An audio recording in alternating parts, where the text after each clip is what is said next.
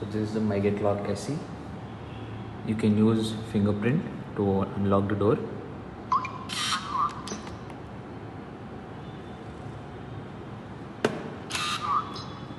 You can use PIN code as well. I swipe up and you can see ask for enter.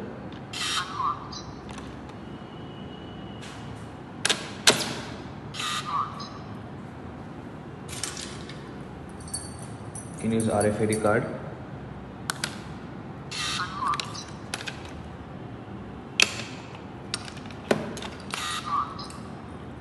You have two manual keys that goes down here.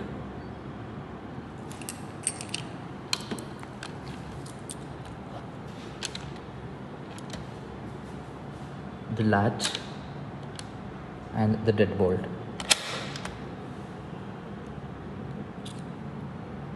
This is the privacy button.